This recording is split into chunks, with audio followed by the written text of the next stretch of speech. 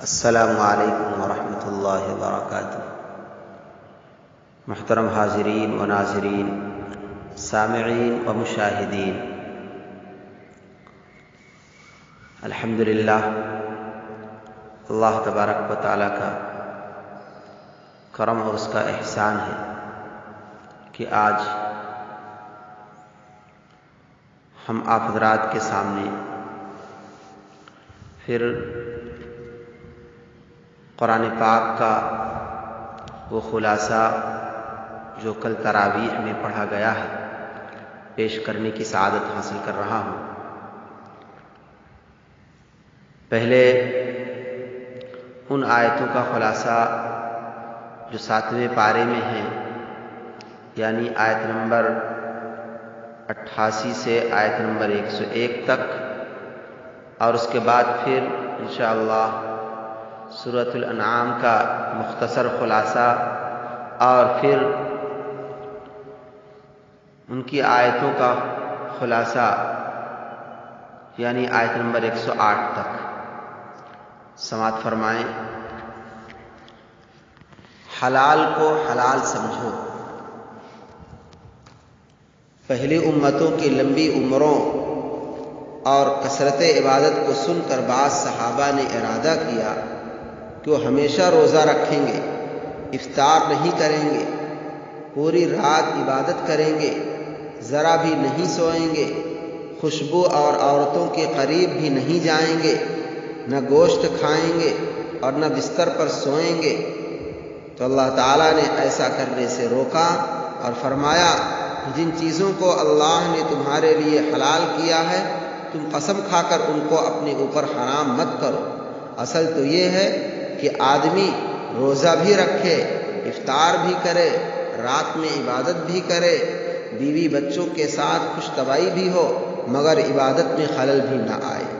یعنی اللہ تبارک و تعالیٰ نے جس جگہ، جس طریقے سے، جس انداز سے، جس درجے میں ہمیں زندگی گزارنے کو کہا ہے، ہم اللہ تبارک و تعالیٰ کے حکم پر گامزن رہیں، اپنی منمانی نہ کریں۔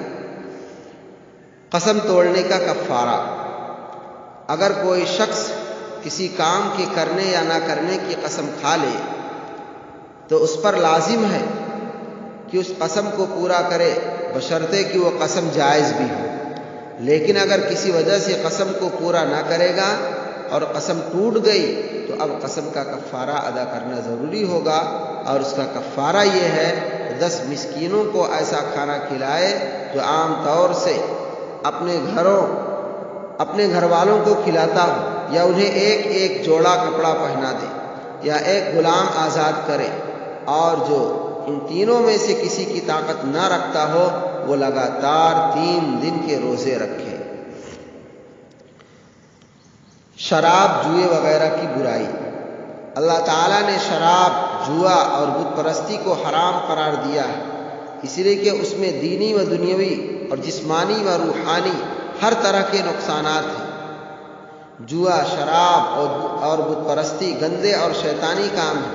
شیطان جوئے اور شراب کے ذریعے جھگڑا و فساد پیدا کرتا ہے، دلوں میں دشمنی اور کینہ ڈالتا ہے، اور اللہ تعالیٰ کو یاد کرنے اور نماز جیسی اہم عبادت سے روک دیتا ہے، لہذا ان چیزوں سے بچنا چاہیے۔ بے ضرورت سوال کرنے کی ممانعت: ایمان والوں کو یہ ہدایت دی گئی ہے کہ احکام الہی میں بلا ضرورت سوال نہ کریں۔ بہت سے لوگ بالکل فضول چیزوں کی تحقیق میں لگے رہتے ہیں جن کا انسان کے عمل پر کوئی اثر نہیں ہوتا۔ ایسے سوالات کرنا برا ہے، خصوصاً ایسے سوالات کرنے والے حضرات اکثر ضروری اور دین کے اہم مسائل سے بے خبر ہوتے ہیں۔ فضول کاموں میں پڑنے کا یہی نتیجہ ہوتا ہے کہ آدمی ضروری کاموں سے محروم ہو جاتا ہے۔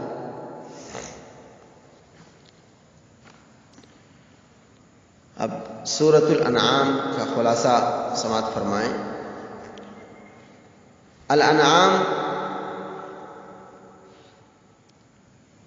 انعام کے معنی چوپایوں کے آتے ہیں۔ یہ سورت چونکہ مکہ مکرمہ کے اس دور میں نازل ہوئی تھی جب حضرت صلی اللہ علیہ وسلم کی دعوت اسلام اپنے ابتدائی دور میں تھی، اس لیے اس میں اسلام کے بنیادی عقائد یعنی توحید، رسالت اور آخرت کو مختلف دلائل کے ذریعے ثابت کیا گیا ہے، اور ان عقائد پر جو اعتراضات کفار کی طرف سے اٹھائے جاتے تھے ان کا مدلل جواب دیا گیا ہے۔ اس دور میں مسلمانوں پر کفار مکہ کی طرف سے طرح طرح کے ظلم توڑے جا رہے تھے، اس لیے ان کو تسلی بھی دی گئی ہے۔ کفار مکہ اپنے مشرکانہ عقائد کے نتیجے میں جن بیہودہ رسموں اور بے بنیاد خیالات میں مبتلا تھے ان کی تردید فرمائی گئی ہے۔ عربی زبان میں انعام چوپاؤں کو کہتے ہیں۔ عرب کے مشرکین مویشیوں کے بارے میں بہت سے غلط عقائد رکھتے تھے، مثلا ان کو بتوں کے نام پر وقف کر کے ان کا کھانا حرام سمجھتے تھے۔ چونکہ اس صورت میں ان بے بنیاد عقائد کی تردید کی گئی ہے، اس لیے اس کا نام سورۃ الانعام رکھا گیا ہے۔ بعض روایات سے معلوم ہوتا ہے کہ چند آیتوں کو چھوڑ کر یہ پوری سورت ایک ہی مرتبہ میں نازل ہوئی تھی، لیکن علامہ آلوسی رحمۃ اللہ علیہ نے اپنی تفسیر روح المعانی میں ان روایتوں پر تنقید بھی کی ہے۔ واللہ اعلم۔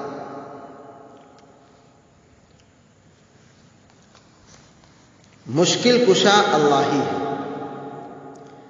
آسمان و زمین اور جو کچھ ان دونوں کے درمیان ہے سب کا خالق اللہ تعالیٰ ہے۔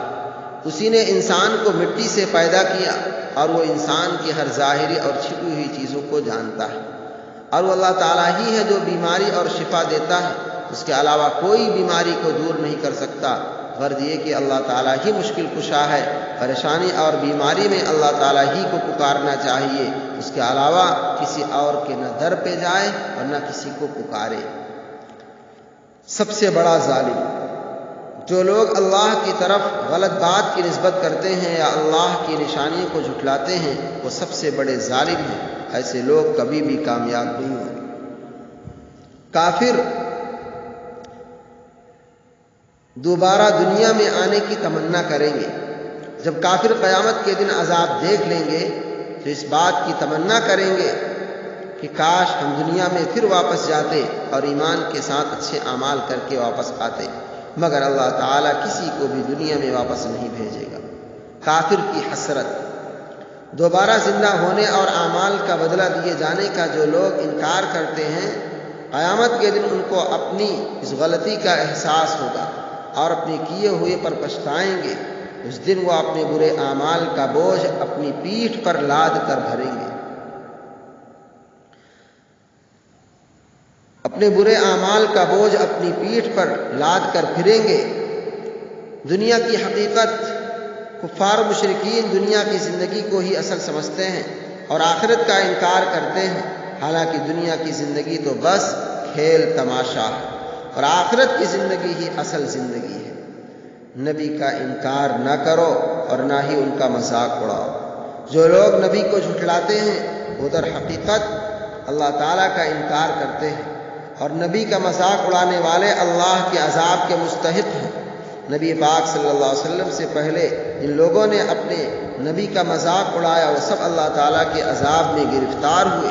لہذا ہمیں ہر وقت اپنا جائزہ لیتے رہنا چاہیے کہ ہم کسی بات سے، کسی عمل سے نبی کی تکذیب یا توہین میں تو نہیں مبتلا ہیں۔ اللہ تعالیٰ ہماری حفاظت فرمائے۔ رسالت کی حقیقت۔ نبی نہ تو فرشتہ ہوتا ہے اور نہ غیب کا جاننے والا، اور نہ ہی آسمان و زمین کے خزانے کا مالک ہوتا ہے، بلکہ نبی و رسول کا کام تو صرف آسمان سے آئی ہوئی وحی کی پیروی کرنا اور اسے لوگوں تک پہنچانا ہوتا ہے۔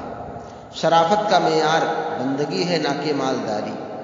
اللہ تعالیٰ کے نزدیک مالداری کوئی عزت و شرافت کی چیز نہیں ہے، بلکہ وہ تو اسے پسند کرتا ہے جو اس کی رضا کی خاطر اس کی بندگی کرتا ہے، مگر کافر مالداری کو ہی عزت و شرافت کی چیز سمجھتے ہیں اور غریبوں کے ساتھ مجلس میں بیٹھنے کو ناپسند کرتے ہیں۔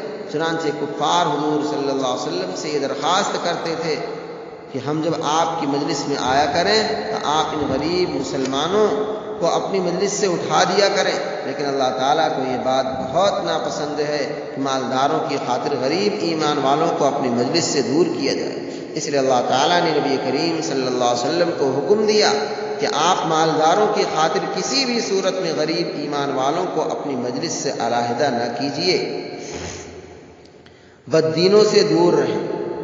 مسلمانوں کو یہ ہدایت دی گئی ہے کہ اگر وہ کسی ایسی مجلس میں موجود ہوں جہاں اسلام، قرآن اور دین کا مذاق اڑایا جا رہا ہو، مسلمانوں کو چاہیے کہ وہ ایسی مجلس سے جلد ہی اٹھ کر چلے جائیں، اور اگر بھولے سے اس مجلس میں شریک ہو گئے ہوں تو جب یاد آ جائے تو فوراً اس مجلس سے علیحدگی اختیار کر لیں۔ یعنی ایک مسلمان کی غیرت اس بات کو گوارا نہ کرے کہ وہ کسی ایسی مجلس میں، کسی ایسی جگہ میں جہاں اسلام اور قرآن اور دین کا مذاق اڑایا جا رہا ہو، اور پھر وہ اس مجلس کا حصہ بنا رہے۔ جہاں تک ہو سکے اس مجلس میں اگر موجود ہے تو اسلام کا دفاع کرے اور اسلام کی حقانیت سمجھائے، اور اگر ایسے جاہل اور ایسے دشمن لوگ ہوں ان باتوں کو ماننے کے لیے تیار نہ ہوں، ایسی مجلس سے بھی کنارہ کش ہو جانا چاہیے۔ دعوت و تبلیغ میں حکمت سے کام لینا چاہیے۔ دعوت و تبلیغ میں حکمت سے کام لینا چاہیے کہ یہ انبیاء کی سنت ہے، اور اس سے مخاطب بات کو آسانی سے قبول کر لیتا ہے۔ حضرت ابراہیم علیہ السلام نے اپنی قوم کو جو چاند، سورج اور ستاروں کی پوجا کرتی تھی، بڑے اچھے انداز میں ان کی عبادت سے روکا اور فرمایا کہ چاند، سورج اور ستارے تو طلوع بھی ہوتے ہیں اور ڈوب بھی جاتے ہیں، اور جو ڈوب جائے وہ خدا نہیں ہو سکتا، لہذا میں تو سب کو چھوڑ کر اس ایک خدا کی عبادت کرتا ہوں جو آسمان و زمین کا پیدا کرنے والا ہے۔ جھوٹی نبوت۔ حضرت محمد صلی اللہ علیہ وسلم اللہ کے آخر نبی اور رسول ہیں، آپ کے بعد کوئی نبی اور رسول نہیں آئے گا۔ اب اگر کوئی یہ دعویٰ کرے میں اللہ کا نبی ہوں اور مجھ پر وحی آتی ہے، وہ سب سے بڑا جھوٹا ہے۔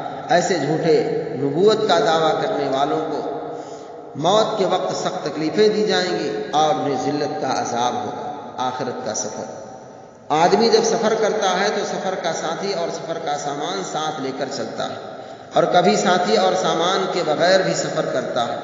البتہ اس کے جسم کے کپڑے اور پاؤں کے جوتے ہمیشہ ساتھ رہتے ہیں، لیکن جب انسان اصلی سفر کرے گا یعنی آخرت کا سفر، تو ساتھی اور مال و اسباب تو کیا بدن کے کپڑے اور پاؤں کے جوتے تک بھی ساتھ نہیں ہوں گے، بلکہ جس طرح ماں کے پیٹ سے ننگے بدن، ننگے پاؤں، ننگے سر پیدا ہوا تھا، اسی طرح خدا کے یہاں حاضر ہوگا، اس کے ساتھ اس کے اعمال کا خزانہ ہی ساتھ جائے گا۔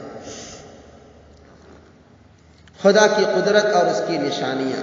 اللہ تعالیٰ ہی آسمان سے بارش برساتے ہیں، اس سے زمین میں بیج اور پودا جم جاتا ہے، پھر ہری بھری کھیتیاں لہلہانے لگتی ہیں، زیتون اور انار پیدا ہوتے ہیں، کھجور میں گچھے پیدا ہوتے ہیں، ان میں سے خوشے نکلتے ہیں، پھر نیچے اور اوپر ہر طرف کھجوریں لگتی ہیں۔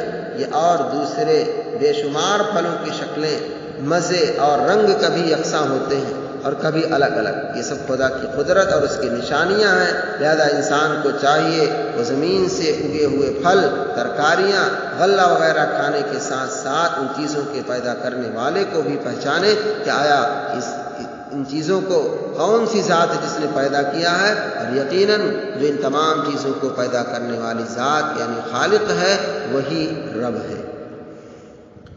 دوسرے مذاہب کے معبودوں کو برا مت کرو۔ دوسرے مذاہب کے معبودوں کو برا بھلا نہیں کہنا چاہیے، اسے اللہ تعالیٰ نے منع فرمایا ہے۔ اس کا بڑا نقصان یہ ہوتا ہے کہ بدلے میں ہمارے معبود یعنی اللہ تعالیٰ کو برا بھلا کہیں گے، اور ہم خود اللہ تعالیٰ کو برا کہے جانے کا ذریعہ بنیں گے۔ یہ بڑے نقصان کی بات ہے۔ یہ آیت بہت ہی اہمیت کی حامل ہے۔ پہلے ہی تو ہمیں اس بات کی نصیحت کی گئی ہے کہ ہم کسی کے مذہب کو ٹھیس نہ پہنچائیں، برا بھلا نہ کہیں، اور اس کی وجہ اور اس کا ریزن یہ بتایا گیا ہے کہ جب تم ان کے مذہب کو برا بھلا کہو گے تو وہ شخص تمہارے مذہب کو برا بھلا کہے گا۔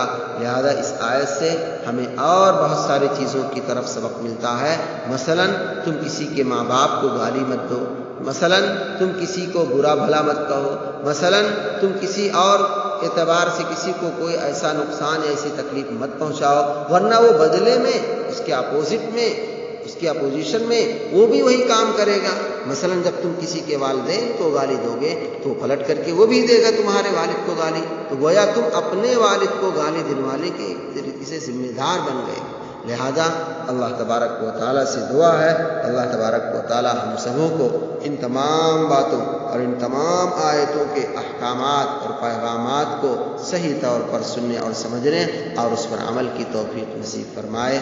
وآخر دعوانا الحمد للہ رب العالمین، والسلام علیکم۔